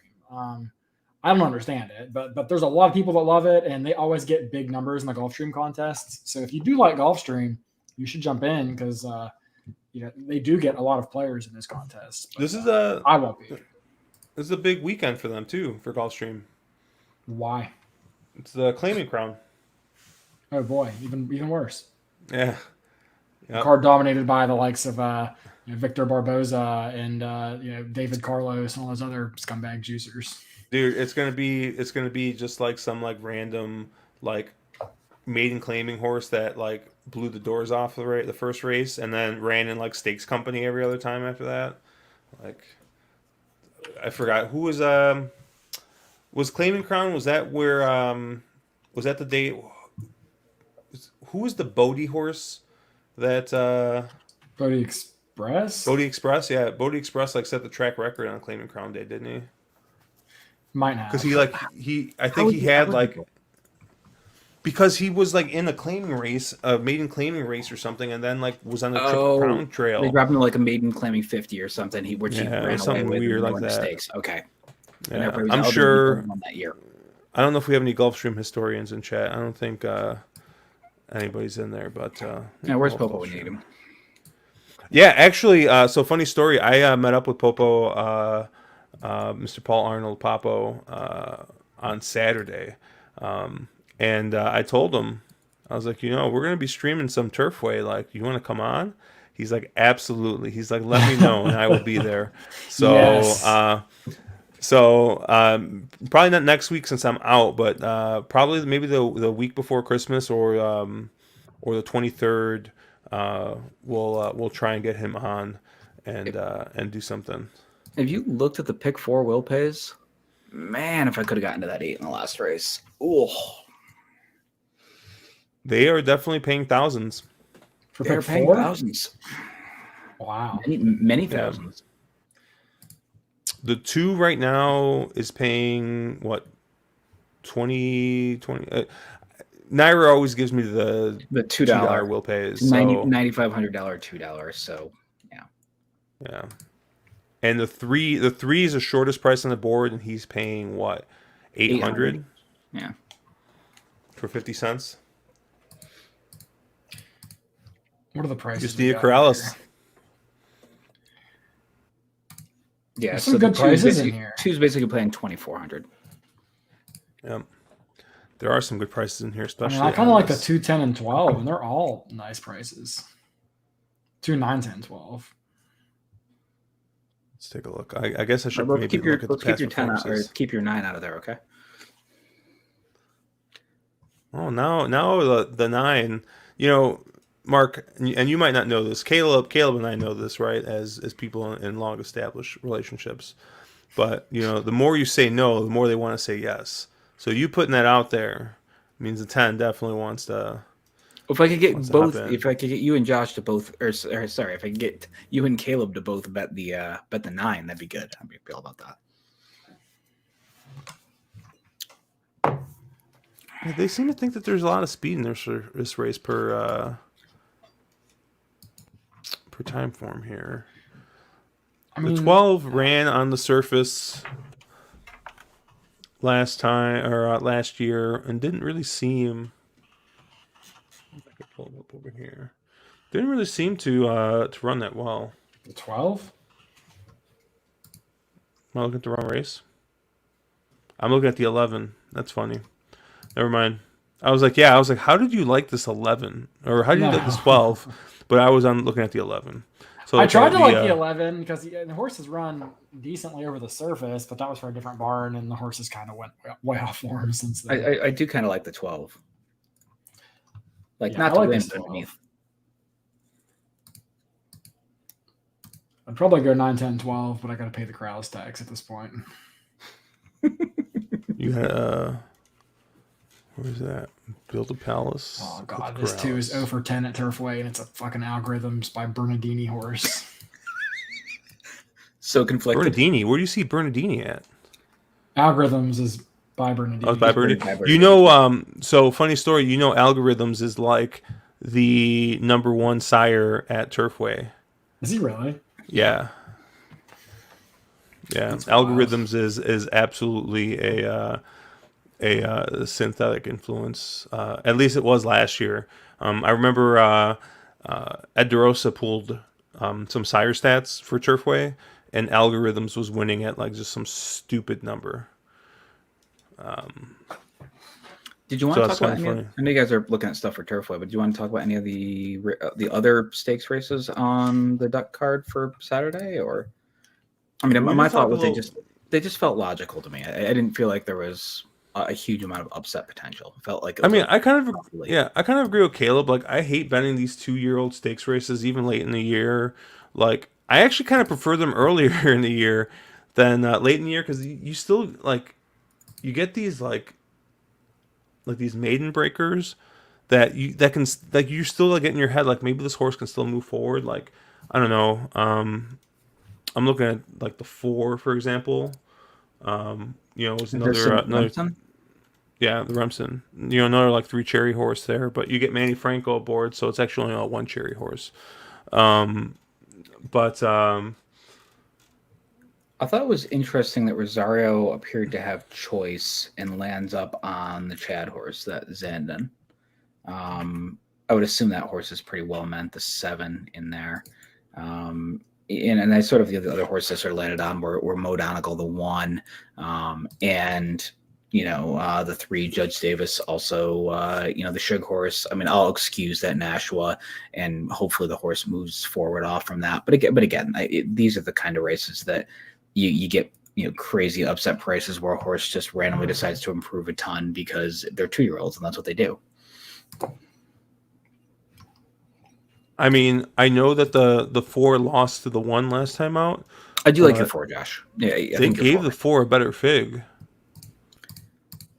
Timeform did. I mean, yeah, I think the 4 is a very, very, very Josh horse. So the thing is, can that horse, you know, rate A, stretch out, and B, stretch out while rating that speed a little better, and C, do so as a maiden, losing Rosario and getting Manny Franco.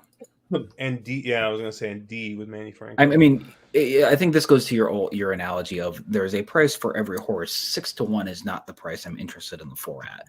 20 to 1 is the price I'm interested in the 4 at. Now, 20 to 1 may be a little bit aggressive. It's not that big of a field.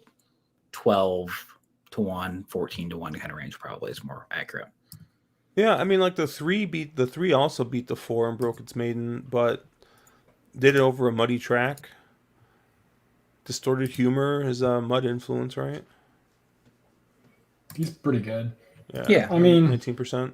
I didn't handicap this race. I mean, I hate 2-year-old stakes, especially this time of year, like you said, Josh. I don't know that you can love Mo Donegal or Judge Davis and not like From Another Mother at least a little bit. I mean, yeah, maybe the horse doesn't want to win, but like, you know, say the name again. From Another Mother. Excellent. There we go. You know, you can't say, okay, I like this horse at 8 to 5, but I need 20 to 1 on this horse. I mean, I got a hard time, you know, with that. But I don't know. This race stinks. I mean, has the Remsen ever been a good field? Like ever? Yeah, I'm sure 40 years ago it was. But my thing with From Another Mother is the horse has been beaten by what, 2 others in this race? Like, I don't like those types of horses that have shown they're not as. I mean, as a 2-year-old, it's a little bit different, but I still love those horses that have been sort of shown that the field that they're up against, they're not better than. But I'm just saying, like, from a value perspective, right? If we're going off morning lines and, like, would you rather the 1 at 8-5 than the 3 and the 4 at 5-1 and 6-1? I would rather the 3, not the 4. Or sorry, the 3 and the 4. Yeah, the 3. 3 and the 4. Do I get the 3 and the 4 together? Yeah, I'd take the 3 and the 4 together all day. I mean, does it sort of look like the 4 might get loose too? It does, but my issue is look what happened to the 4 last time out, going a 16th shorter where the horse just stopped and got nailed by Modonigal late. Is this just the kind of horse that, hasn't learned to rate, which is a common thing for 2-year-olds, or maybe he figures out how to rate this time? Okay. Yeah, he should get stupid loose and stupid comfortable, but how often does that happen in 2-year-olds races where they can rate, get comfortable on the front end, and then still finish? Normally 2-year-old races are speedball dominated.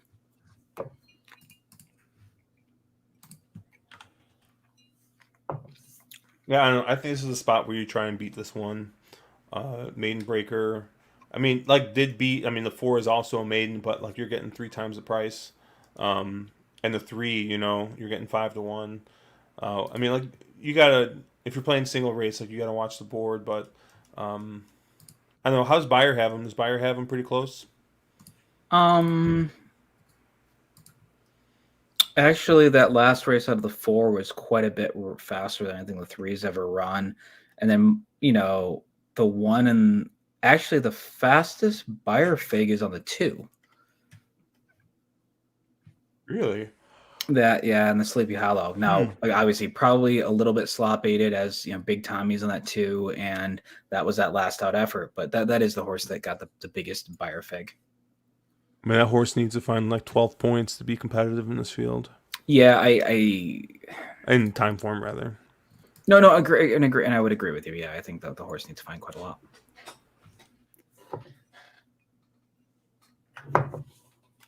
All right. So what do we got here? What do we got here at Turfway? These odds, just about the 2. What's a 3 at? 5-2. All right. So we'll do an exact. Uncle Sully's saying find the cherry bomb. Oh man, I don't know if there's one in this race, but yeah, man, this 2 at 8-1. I mean, I will send it in. I got a $10 win bet on him. There's a whole $584 in the super high five pool. Is that jackpot? I think so. Yeah. I wonder if Thunder Dan's trying to scoop that pool. It's $1 base. Oof. $1 base super high five at Turfway has got to be so hard. But also, like, why would they even offer that? Like, if it's $1, it's probably not a jackpot, right? I don't know. Probably not. But that's a tough bet to play.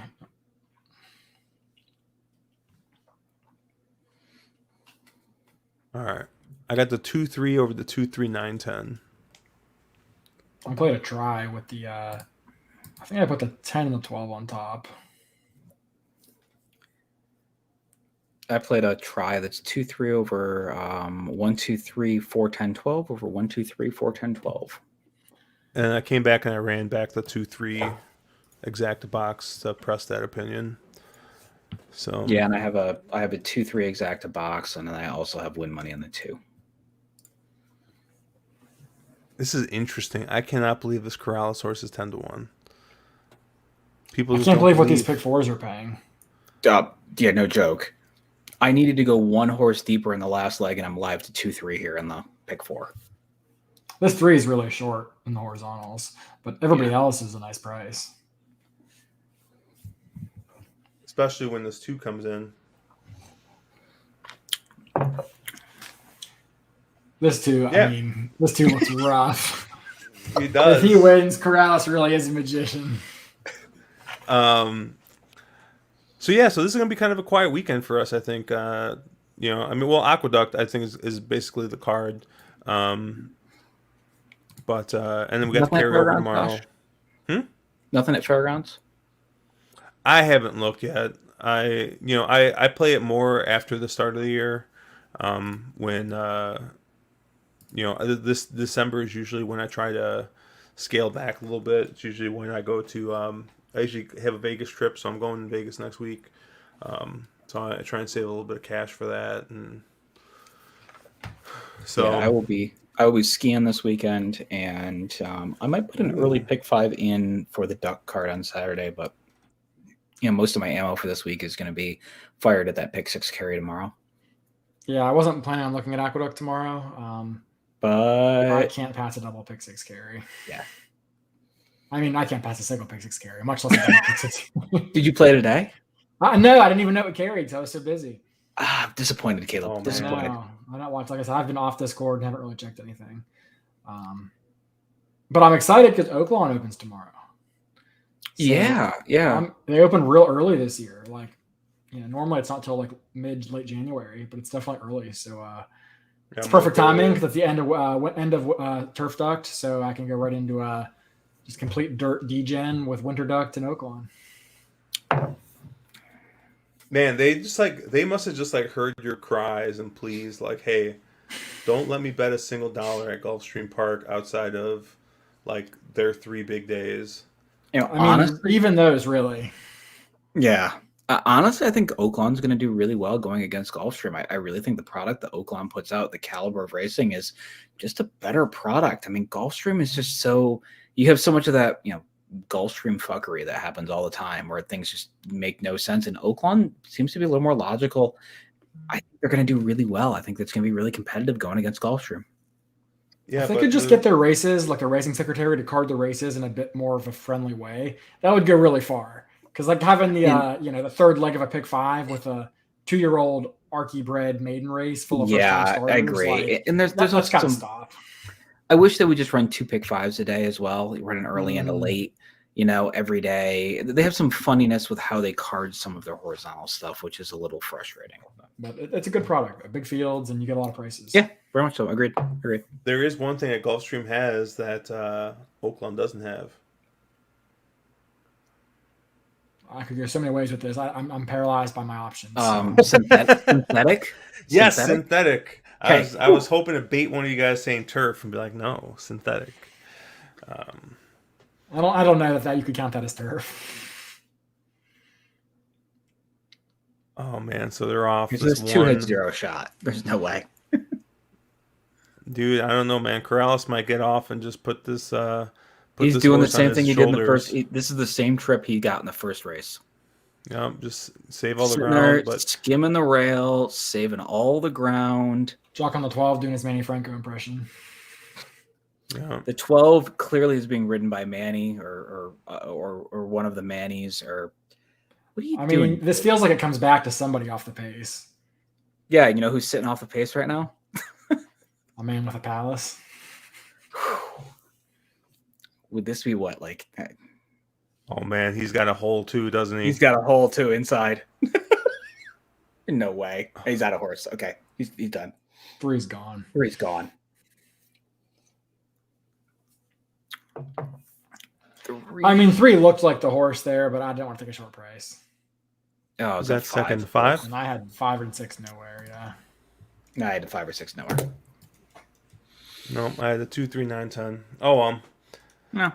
We got a little had a little fun there, but yeah, I think that's gonna do it for us. It was a fun little 4 race card there. We'll be on Discord, we'll be on Twitter. You guys can always catch us there. Catch us at onthewronglead.com. We'll have t-shirts and stuff up there. I know there was a Black Friday sale last week and I didn't really pump it, but we should be having another sale. I think $10 or $15 t-shirts, I forget, but as soon as I find out what the promo is, I'll send it out on Twitter.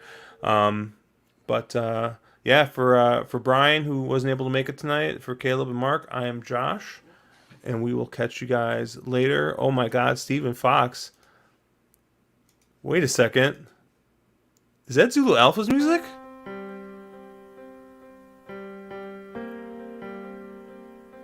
What if I told you that the perfect man did exist, but he was cursed? I mean, he's just a complete handicapper. East Coast, West Coast, Midwest. Might be the best I've ever seen. He could be the best looking guy in all of horse racing. I mean, he gives Matt Bernier a run for his money. I mean, we all saw it. He was minding his own business, walking back from the bathroom.